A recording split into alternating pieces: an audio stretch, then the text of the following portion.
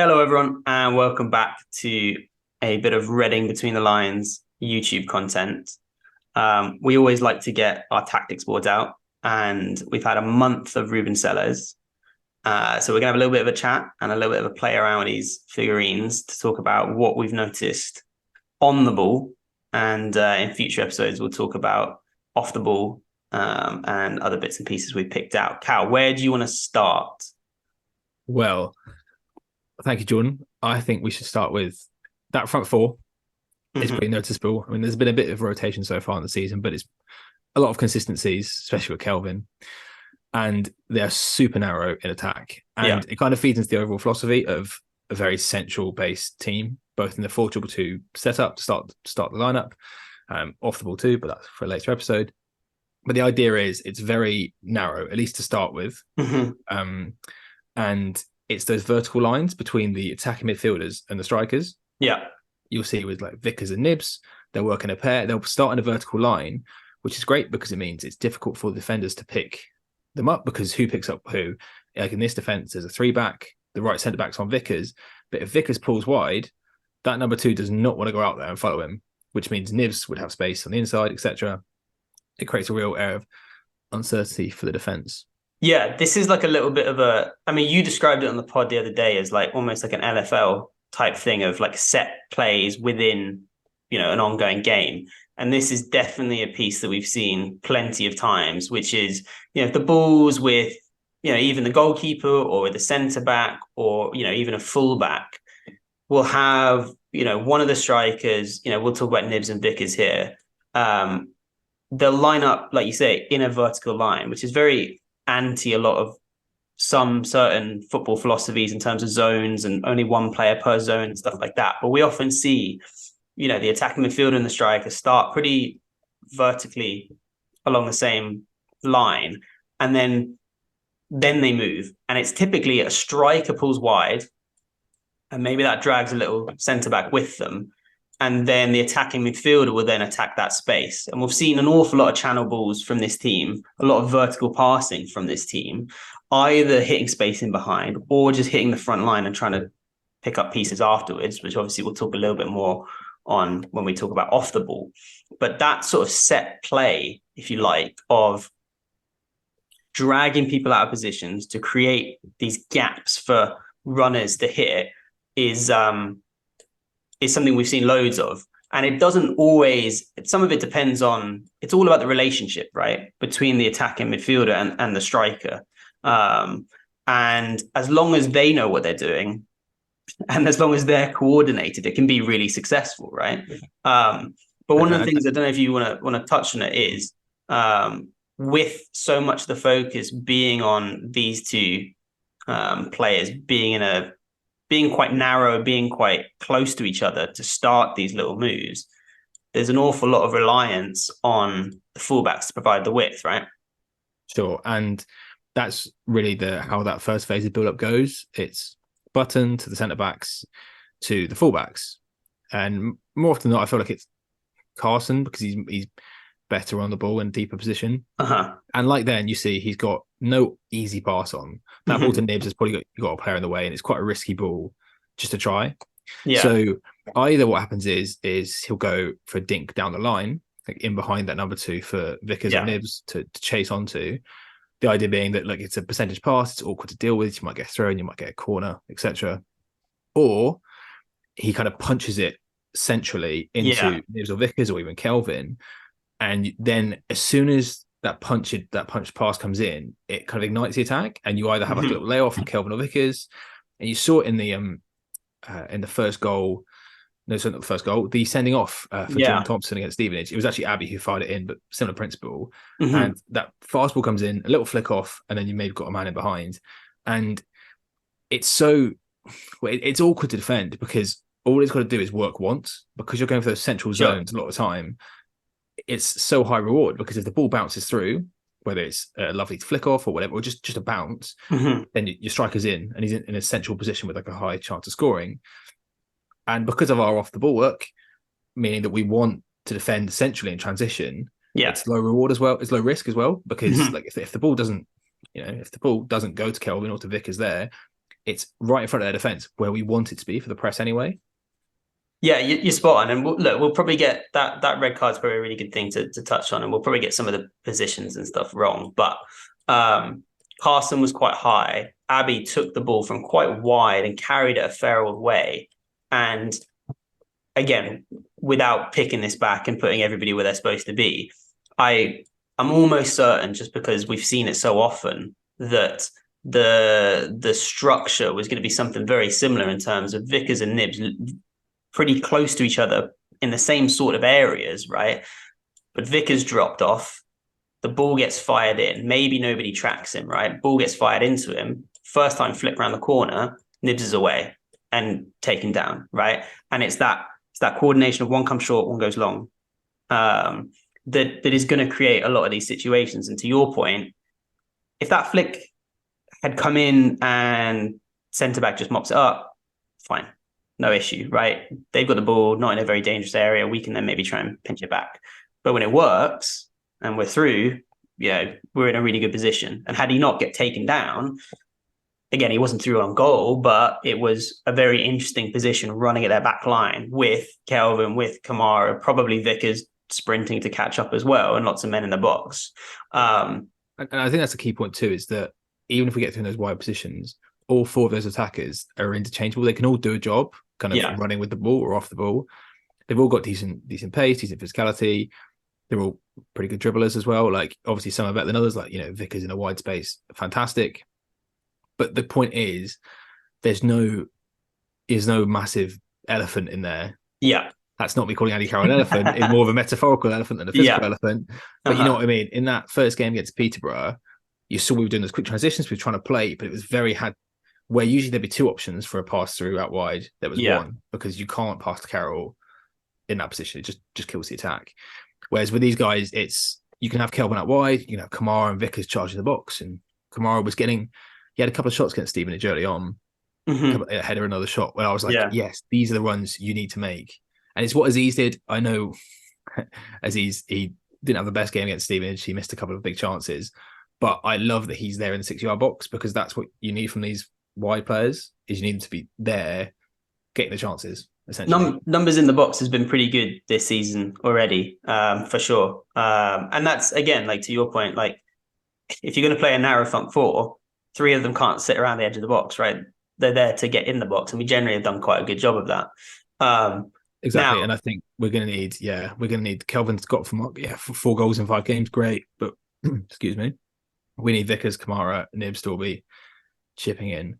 So if we want to bring it back to the fullbacks, because if it doesn't go into that vertical pass in behind or into the striker, you get a lot of circulation around the back line, which is nice because, as we saw against Cheltenham, Abbey and Bindon have clearly been told, look, step on the ball, don't force it if it's not there, because you want to draw the team out, because look, there's no point just firing into a space if they're set up for it. I think Bindon and Abbey are both pretty comfortable with the ball at their feet. But what is interesting, I don't know if you want to touch on this, Jordan, is when Bindon and Abbey have got the ball, is the role of the centre mids, or maybe the lack of role of the centre mids? Yeah, I mean, it's probably a bit of a glaring thing that we've talked about pretty much every player and position other than the centre mid so far. And in a way that's kind of telling, because they're probably the least involved on the ball out of pretty much anybody in the team at the moment, which is a bizarre thing to say when typically your centre mids, one way or the other, are the ones running the game. Now, that's not to say they're not contributing. They're just not contributing an awful lot on the ball. And, part of that is it's too early to say how much of that is structure, how much of that is we're, 2 months or whatever into Rubén Sellés training with this team and, what will develop in the future and stuff like that. But it is pretty noticeable that, the centre backs will spend quite a lot of time on the ball. And to your point, they'll, circulate the ball between them and the fullbacks. And we do go long quite a lot, and we go, very vertical with our passing, and we try and pick up the pieces from there. And we try and hit channels, and we try and hit Kelvin. It's interesting that an awful lot of those balls are coming from defenders. and we're not finding ways to get our centre mids on the ball, whether by design or not. Bit too early to say. We've seen a little bit of one of the centre mids, on the weekend, and when he typically plays, it tends to be Hutch, and he'll drop in a little bit, but he's really there. He does demand to get on the ball quite a lot, but he's not there to take it, turn, play it forward. When he's getting on the ball, he's tending to help just facilitate moving it from side to side. And now Savage, or not specifically Savage, but just the other centre mid, right, is floating around, typically trying to impact things at the top end of the pitch. And we'll touch much more on that role and the centre mid's role when we talk about off the ball. But it seems very clear so far, at least, that getting our centre mids on the ball deep is not part of this plan, really, at this stage, right? Sure. And that's not in itself a bad thing. I remember at the peak of Klopp's Liverpool, those number 8, so his more advanced centre mids, Gini Wijnaldum in particular, would regularly have like the 9th or 10th most passes or touches in the team, which for a centre mid is, and that's including the goalkeeper, that's nothing. Most people look at that and say that's terrible. Mm-hmm. But it's not a problem if the team's set up that way, to do that much off the ball work, to maybe have a contribution kind of goals and assist wise. If Savage wants to keep putting in great corners, fantastic. But it's just a different role. And like you said, it might change your personnel. When Ben Elliott comes in, it might change. And that's something just to look out for. Mm-hmm. Because I don't know yet I think Savage has been all right so far. Mm-hmm. And I think in the second phase or third phase, when we're much more advanced at the pitch, he's really important at kind of keeping the ball moving. When we've got up the pitch, we've done the first phase, Carson's whipped in behind. He's good at moving the ball to make sure that we keep them penned in, usually to the fullbacks, maybe to attacking mid, whatever. He's pretty comfortable on the ball. But I don't know if I love him kind of running onto the ball too much. Those inside runs when Carson or Nibs have got the ball and Savage has to run inside, run an option. I don't know if it's his best role yet. Again, he's new to it, and it's a really, really demanding role, a really important role for the team. So let's not crucify anyone too early. But just an interesting one to look out for, and one especially that it might change with different players. I think Wing, when he first came into the team, I think it was the Peterborough game, he was subbed on in an attacking midfield role, which just doesn't suit him. Because I think with him, Savage, Hutch, they're all very much players that want to receive the ball almost standing still, look up and move it along. They don't want to be receiving the ball on the run like Kamara has to do, like Nibs has to do, like Aziz has to do. Yeah. Because it's just a really different type of playing. Yeah, I think there's a lot of room in this team at the moment for changing things potentially quite a lot without changing the setup. In that, you're right, the blend of the players you pick in the 4 can affect how much we attack one way versus another, and the same for the centre mids. In that, we now, I suppose, have a handful of different options that all give you something a little bit different. Hutch, Savage, Elliott, Wing. When you want to start talking about guys like Craig and Rashesha, everybody kind of gives you something a little bit different, and how we blend that will be interesting. Because you're right, there's within this framework, there's still room for quite a lot of variety. But I'm with you. Room for growth as well, in terms of, this is not for sure perfect start to the season. We've won 2, lost 2, which I think is pretty fine, to be honest. Yeah, I do hate my draws. I'll take 6 or 5 points from 4 games. But the one thing that has been consistent is that the first goal scorer, the first team, wins every game, featuring Reading so far. Yeah, but both teams have not scored in any of our games, and I guess it's partly because our off the ball work is, I think, pretty good when we're defending. But again, another episode. But as well, there's a bit of limitations to us chasing a game. We saw against Peterborough, we saw against Port Vale. This team thrives in transitions, and it thrives when there's space in behind, like we said earlier, when Nibs or Vickers or Kelvin, whoever, spins in behind and we hit the channels, etc. Yeah. When a team's got a 1-0 lead and they're sat low blocking, defending their box, there's not that space in behind. So we kind of have to change the way we play. And you then ask more of your centre mids to get involved. But obviously there's only 2 of them, so there's less space for them. And it's quite a hard adjustment, I think, when you're playing all game like you don't want the ball, to then in the last 20 minutes say, oh, I need to be ball dominant. I'm Charlie Savage. I need to be on the ball. I need to be creating things. It's just a really you've got to change up your game quite a lot then. And I think the fluidity of our attack is not set up for breaking down low blocks. I think it's something that will improve, but typically when you think of breaking down low blocks, that's where you've got those kind of like position-oriented systems, that the 4-3-3s, that the classic Dutch 4-3-3, where you're stretching the pitch wide in the final third and getting those overloads. And you need to be a lot more refined in the final third, which we aren't quite yet. Yeah, I think the key point there is yet. And we've had obviously limited games and we've had limited opportunities in that, we have not scored yet from being behind. We've also not spent a vast amount of minutes to actually, watch this team when behind. I think obviously Saturday's game, we were against 10 men, but that was a game where the press could have been less effective because Stevenage don't care about having the ball in the back. They did tend to sit quite deep. Obviously, in that second half, particularly once we were 2-0 up, and obviously the goal came at a great time. They had to chase the ball a little bit more and come out and try and play a little bit more. But largely it was us having an awful lot of the ball and having to break them down.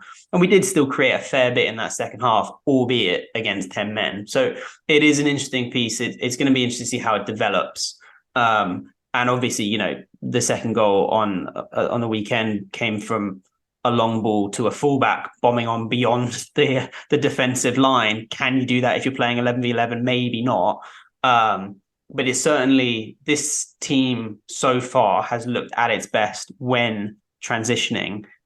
Still question marks over whether it can create when those transitions aren't available. Which is fine because we start fast. Like this, we start fast in the game. So we're more likely to be ahead early on, which helps. If we're going to be better when we're ahead, then you might as well get ahead early on. So it's not a disaster yet. Again, we need to see more games when we're behind to see if it's really a problem. I think just goals in general are a slight problem for us at the moment. I'd like to see us score a few more, as I think we all would. But yeah, you've just got a lot of young players in there who haven't got Nibs maybe, but apart from the rest of them, maybe like 5 senior goals between the rest of them, and that's all. Well, I mean, even Nibs is not a prolific goal scorer. There's not a great track record of goals in this team, full stop. And part of that is, to your point, not many have played that many games, so they haven't had the opportunity to show that they can score goals. But I agree with you. Goals is going to be an important one, both who gets the first one and then do we have enough in this team, for sure. And I think what will help with that is that bench that you've got on the screen there. Yeah, is genuinely quite strong. Mm-hmm. I think Yidon will start plenty of games this season. I think Elliot will start plenty of games. Yeah, Bakayoko looked bright when he came on. Aziz, and the key thing is Bakayoko and Aziz are really different profiles to Nibs and Kamara. I think Aziz and Bakayoko seem much more capable and comfortable playing wide, which might help against those low blocks. Whereas I think Nibs is he's almost a forward, and Kamara is that kind of, he's a small space player really, not an out and out winger. So I think there's hopefully a lot to come from this team. I think every game we're learning a lot more. Yeah. But I've been pretty encouraged so far with the on the ball stuff. It's definitely a lot more. There's a million times more to talk about already in these 4 games than there are in a whole season of Paul Ince. Exactly. And that feels like quite a fitting place to end it, because our goal here was not to tell you everything about a Rubén Sellés team, because we don't know everything yet, and it's going to be really interesting to see how this team develops. But hopefully that's picked out a few things for you to watch out for in the next game. And it will be really interesting for us to revisit this in, a couple of months or whatever, and see which pieces that we saw now are still key building blocks of our approach in a couple of months' time, and which ones have had developments. So, look out for future episodes, both in the short term on our off the ball work, and then certainly in the future to see how much of this is still key parts of our play. Thanks, everyone.